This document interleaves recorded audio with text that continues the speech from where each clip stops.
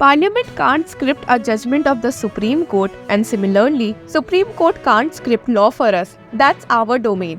ये बात और किसी ने नहीं बल्कि हमारे देश के वाइस प्रेसिडेंट जगदीप धांकर ने कॉन्स्टिट्यूशन डे के दिन ऑर्गेनाइज्ड एक इवेंट में विज्ञान भवन दिल्ली में कही है और जिसने देश में खलबली मचा दी है। अब आप सोचेंगे कि ऐसा क्यों है? तो जैसा कि हम सभी जानते हैं, अभी रिसेंट टाइम्स में एग्जीक्यूटिव और जुडिशरी के बीच काफी टकरार देखने को मिल रही है।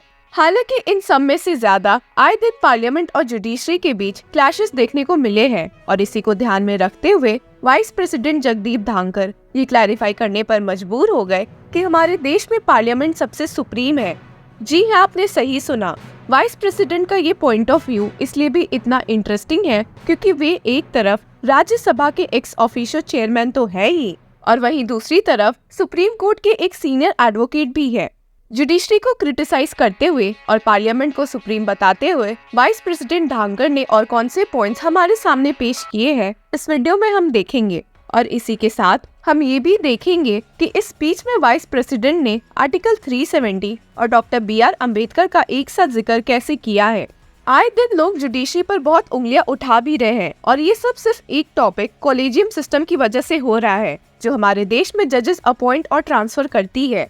ये हम इसलिए भी कह रहे हैं क्योंकि वाइस प्रेसिडेंट धांकर ने पिछले साल ही कॉलेजियम सिस्टम से जुड़े बहुत ही कंट्रोवर्शियल रिमार्क्स दिए थे और वही हमारे देश की प्रेसिडेंट डॉक्टर द्रौपदी मुर्मू ने भी 26 नवंबर को कहा था कि जजेस अपॉइंटमेंट प्रोसेस में सुधार लाने की जरूरत है, जो हमने एक दूसरे वीडियो में डिस्कस किया है। ये सारी बातें कॉन्स्टिट्यूशन डे के दिन दैट इज 26 नवंबर को ऑर्गेनाइज्ड एक इवेंट में कही गई थी। पर क्या आपको मालूम है कि इस साल के कॉन्स्टिट्यूशन डे की एक और खास बात ये है कि both the Constitution and the Supreme Court are entering the 75th year of their adoption and founding respectively. इसलिए भी वाइस प्रेसिडेंट धांकर जुडिशरी और पार्लियामेंट में आए डिफरेंसेस को पॉइंट आउट करने पर मजबूर हो गए।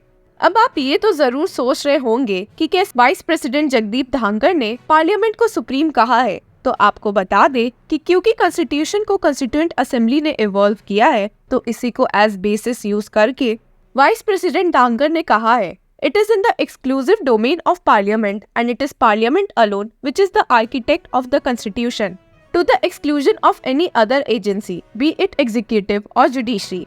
अब जब कॉन्स्टिट्यूशन की बात हो रही है तो BR अम्बेडकर की बात कैसे नहीं हो सकती है। तो जैसा कि आपको मालूम है he was one of the architect of the Indian constitution और हमारे देश के फॉर्मर लॉ मिनिस्टर भी रह चुके हैं।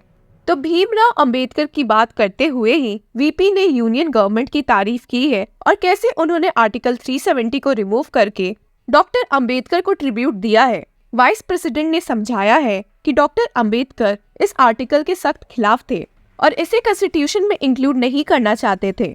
उन्हें पता था कि ये आर्टिकल जम्मू और कश्मीर के लोगों की जिंदगी बर्बाद कर देगा।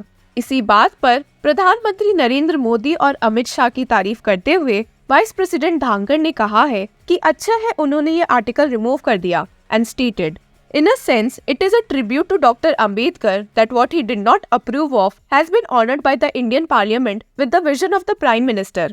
वाइस प्रेसिडेंट धांकर ने अपने स्पीच में गवर्नमेंट के तीनों ऑर्गन्स पर भी जोर दिया है that is executive, legislature and judiciary और कैसे तीनों के बीच सेपरेशन ऑफ पावर्स रहने की जरूरत है और वे एक दूसरे के फील्ड में दखल ना दे तो ज्यादा अच्छा रहेगा। And stated the legislature should be free to enact laws, the executive should be free to implement any law and the judiciary should be free to interpret laws। हालांकि ये कहने के बावजूद वाइस प्रेसिडेंट धांकर ने उन कॉन्स्टिट्यूशनल प्रोविजंस पर निशाना साधा है जो कि सुप्रीम कोर्ट को लेजिस्लेशन के रिगार्डिंग इंटरप्रेटिव पावर्स देती है। He said, constitutional provision allowing interpretive power to the Supreme Court regarding legislations is a small slit and it cannot be a floodgate। उन्होंने इस बात पर भी जोर दिया कि सोवरेनिटी ऑफ पार्लियामेंट एक नेशन के सोवरेनिटी के इक्विवेलेंट होता है और ऐसे में जुडिशरी क्या एग्जीक्यूटिव भी दखल नहीं दे सकती है। He stated, supremacy of the parliament is absolute. It cannot be interfered with by the judiciary or the executive. Institutions survive only when sanctified by the parliament. We cannot allow incursion into the domain of the parliament। BR Ambedkar को एक बार फिर याद करते हुए vice President Dhankhar ने कहा है कि डॉक्टर अम्बेडकर ने कभी ये सोचा ही नहीं था कि पार्लियामेंट के वर्किंग में कोई इंटरफेरेंस आ भी सकता है और ऐसा होना उनकी सोच के परे था। He stated, according to him, when the constitution was evolved by the Constituent Assembly, the message was loud and clear. It is in the exclusive domain of Parliament, and it is Parliament alone which is the architect of the constitution to the exclusion of any other agency, be it executive or judiciary. Parliament को supreme इसलिए भी Vice President Dhankhar ने कहा है क्योंकि उसमें से belong कर रहे लोगों को जनता चुनती है और ऐसा सेम जुडिशरी के लिए नहीं कहा जा सकता है. He emphasized, Parliament is reflective of the will of the people and people MPs are there elected through a legitimized mechanism. Vice president ने इन्हीं इलेक्टेड रिप्रेजेंटेटिव्स को अपना काम अच्छे से करने की सलाह दी है. Do the job expected of parliamentarians by people such as Dr. Ambedkar, which is to weaponize debate, dialogue, discussion and deliberation and not disturb and disrupt legislative proceedings as a political strategy. जैसा कि हमने देखा ही है कि vice president ने judiciary को criticise किया है, इसके बावजूद कि वे खुद सुप्रीम कोर्ट के एक सीनियर एडवोकेट है. इस पॉइंट को क्लैरिफाई करते हुए उन्होंने कहा है, I am a foot soldier of the judiciary and independence of judiciary is important to me and it is unquestionable. But time has come that we have a mechanism for a structured interaction between the heads of affairs so that issues do not come out in the public domain. अब देखना ये होगा कि judiciary पर आए दिन लोग जो इतनी उंगलियां उठा रहे हैं उस पर CJI DY चंद्रचूड़ आने वाले दिनों में कोई एक्शन लेंगे या नहीं. ऐसे इंटरेस्टिंग न्यूज अपडेट से जुड़े रहने के लिए कीप फॉलोइंग लॉ चक्रा.